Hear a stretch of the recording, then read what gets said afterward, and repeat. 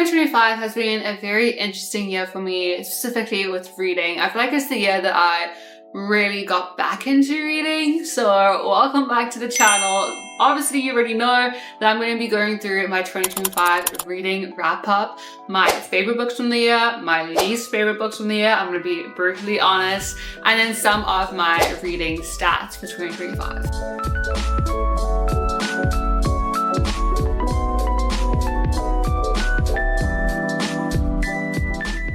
As of this video, as of me filming this video, it probably would be different by the time it goes up. It's like a week between me filming this and me putting this up. I have read 59 books for 2025, which is like such a random number. My goal was 50 books. So we are over the goal, which I'm very happy for, which obviously means next year my goal needs to be higher. I don't know what I should make the goal for next year. Let me know. 100 feels like a bit too much.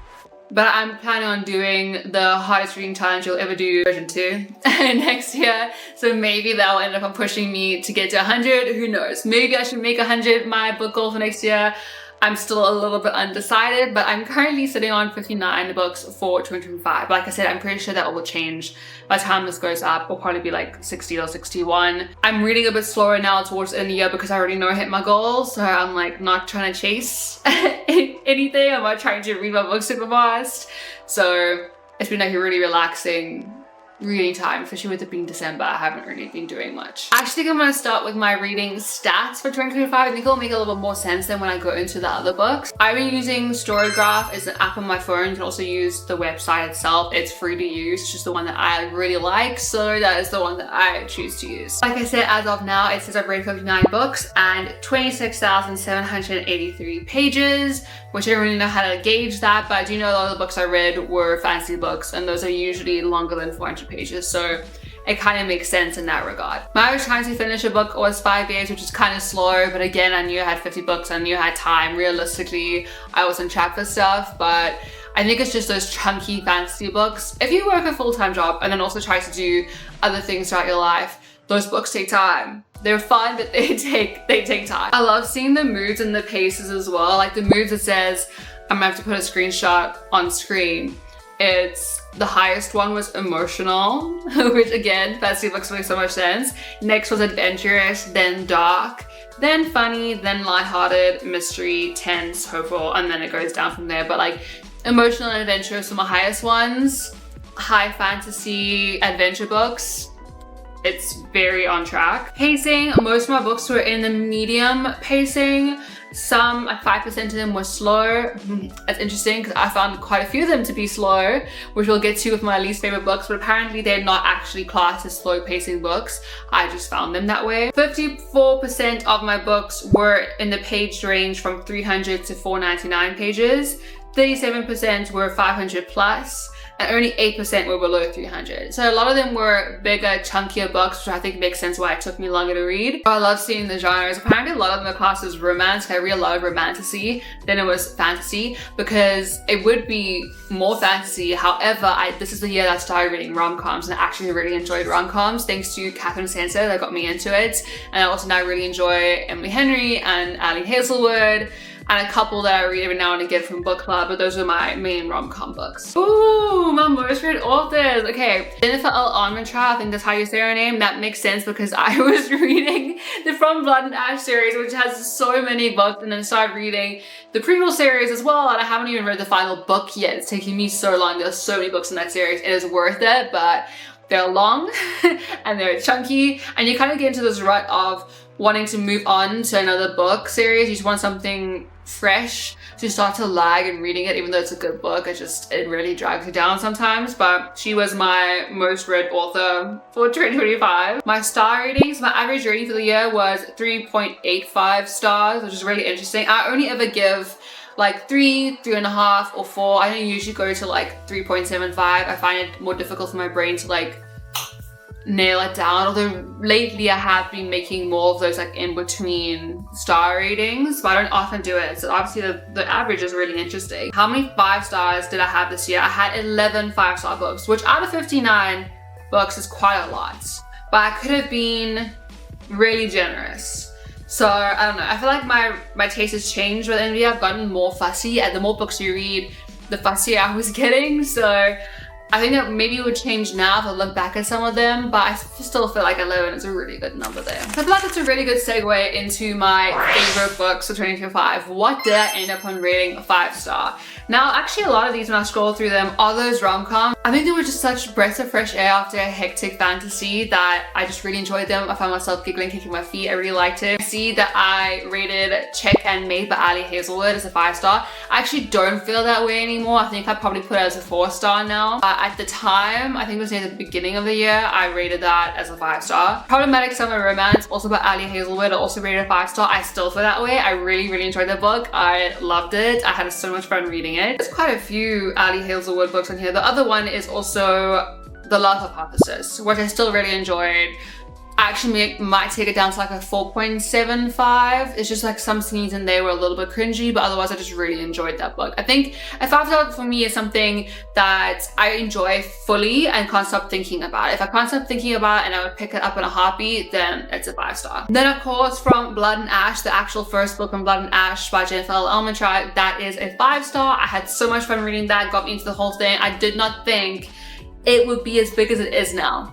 If I had to explain, try to remember the plot of just the first one, I wouldn't be able to because there's so much lore in that book, and by the time you get to the end, you can't even remember not knowing the stuff that you know now. There's so much lore in there. It is so well thought out. I love it. I also rated Kingdom of Flesh and Fire, which is the second book after that, a 5-star, which I'm surprised that I didn't have any others from there. I think I was in the stage where I was getting a little bit bored of it and I need something new. I still rated them all quite highly. They just weren't 5-stars for me, but the first two definitely were. Then I have a couple of Catherine Centers. I love Catherine Centers' writing. I find hers to be the perfect balance of funny, witty, and like a little bit of seriousness and character growth. And I love her books so much. I just really have a great time reading them.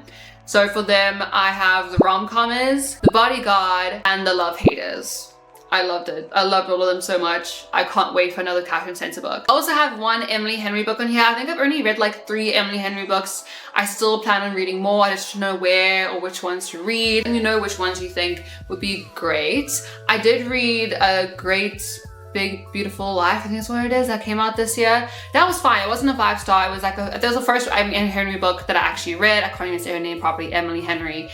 And that I think was like a 4-star or 4.5. Like I enjoyed it, but I didn't love it. But I did love Funny Story. I would read that again in a heartbeat. I feel like that book, that has potential to be like an old favorite of all time. Like I love it so much. If that ever becomes a movie, they better not mess it up because I love that book. I love it an insane amount. An obvious 5-star for me that I actually still haven't stopped thinking about since I read this. I read this, when was this that I read it? I read it in September. It feels like a while ago already, and I still haven't stopped thinking about it. I still recommend it to so many people. It's Vicious by V.E. Schwab. I did not expect to love it as much as I did. I'm obsessed with that book still. I can't read it again though. I think it really would mess with my head a little bit. It was just a brilliant book. Brilliant, so well thought out. I loved every second of it. The chapters are so quick. And I'm such a bingeable book. I love the book so much. I would recommend that to anyone. If you're curious about it, read it. Just read it. It's so good. I love that book. If I could rate it higher than 5 stars, I think I would. I just love it so much. And again, like very different to what I usually read. It's classed as sci-fi as well. I'm not usually a sci-fi reader and I really enjoyed that. So maybe I should pick up more sci-fi books next year and see how I feel. Then the last 5-star on my list is Quicksilver by Callie Hart. I loved Quicksilver. I actually read it at the beginning of this year. So I was lucky that I didn't have to wait that long for the second one to come out. I haven't actually read Brimstone yet, so don't spoil anything for me. I've been putting it off because I'm trying to finish the Run Blood and Ash series, which I feel like I said a lot in my YouTube video. There's so many books in that series that I've been putting it off because I want to be able to delve properly into it, and I feel like it's hard to delve into 2 high fantasy books at the same time. So I've been waiting, but I do still plan on reading it very, very soon. And I just loved Quicksilver. It was like perfect mix of like nostalgic type of throwback, and not even really a throwback, but like, you know, when you've read Throne of Glass and you're really missing the fae fantasy stuff, and I was missing all of Sarah J Maas's books, so it had a little bit of that, but it had its nice own spin on it, like with the alchemy that I've never read before. So I really enjoyed that, and the relationship obviously does feel very similar to a lot of the fantasy books, which I'm fine with. I really enjoy it. If you know the formula isn't broken, don't change it. So that was all good. But yeah, I really liked it. I'm curious to see where it's going and how many books it ends up on actually being in the series. Those are my favorite books of 2025. It's really interesting. It's either a mix of fantasy books and there's like one random sci-fi in there because of Vicious, and then the rest are like rom-coms. I think rom-coms are just so easy to love. They make you feel happy, giddy, you're laughing, you're having a good time. It's hard to put down a rom-com and go, oh yeah, I didn't like that, you know? I think I've got more picky over the year as it's progressed, but I understand why a lot of those are on there. I would still pick up any of the Catherine Center books and have a good time. And A Funny Story, like I said, actually might be my favorite rom-com book of all time.